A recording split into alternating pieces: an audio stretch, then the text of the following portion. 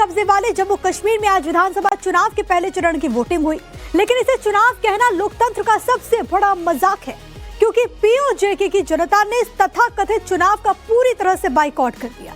Polling booth खाली पड़े हैं, गलियां सूनी और लोकतंत्र के नाम पर वहां सिर्फ पाकिस्तानी सेना के बूटों की आवाज सुनाई दे रही है। शहबाज शरीफ सरकार जिसे शांतिपूर्ण चुनाव कह रही है, असल में वो संगीनों के साए में जबरन थोपा गया एक नाटक है।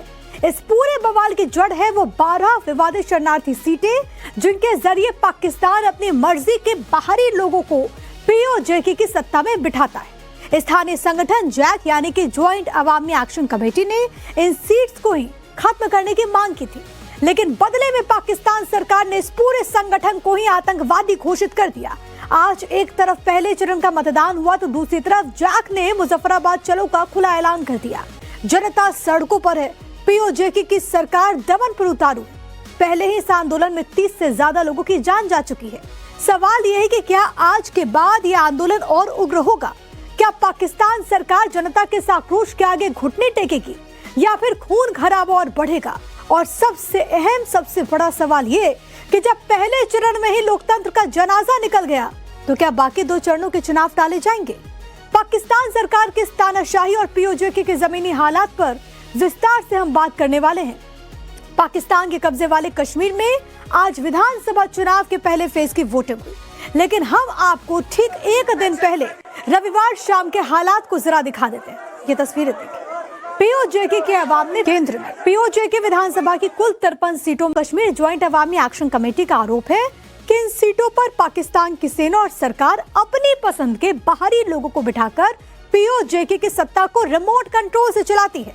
जैक इन 12 सीटों को पूरी तरह से खत्म करने की मांग कर रहा है, जबकि वहां का सुप्रीम कोर्ट इसे संवैधानिक सुरक्षा का हवाला देकर खारिज कर चुका है। जैक के चुनाव बहिष्कार के आह्वान को पूर्व पीएम इमरान खान की पार्टी पाकिस्तान तहरीक इंसाफ ने भी खुला सपोर्ट कर दिया और वो इन चुनावों में हिस्सा नहीं ले रही। पीओजेके की सबसे बड़ी पार्टियों में से एक पीटीआई और स्थानीय जनता के इस बड़े बहिष्कार की वजह से आज हुए पहले चरण के मतदान में वोटिंग प्रतिशत बेहद कम रहने और इस पूरी चुनावी प्रक्रिया की लोकतांत्रिक वैधता खत्म होने की आशंका है। जैक ने जनता से पोलिंग बूथों से दूर रहने और प्रशासनिक मुख्यालय मुजफ्फराबाद की तरफ बढ़ने का ऐलान किया।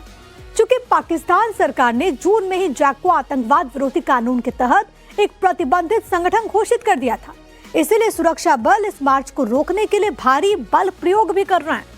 पहले ही जारी झड़पों में 30 से अधिक लोगों की मौत हो गई, जिससे आंदोलन और अधिक हिंसक और उग्र रूप ले सकता है।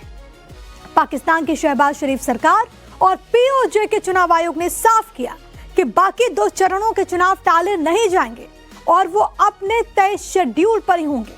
सरकार इस आंदोलन को पूरी तरह से दबाने के लिए इंटरनेट ब्लैकआउट, कर्फ्यू, भारी सैन्य तैनाती का सहारा ले रही है ताकि चुनाव प्रक्रिया पूरी हो सके।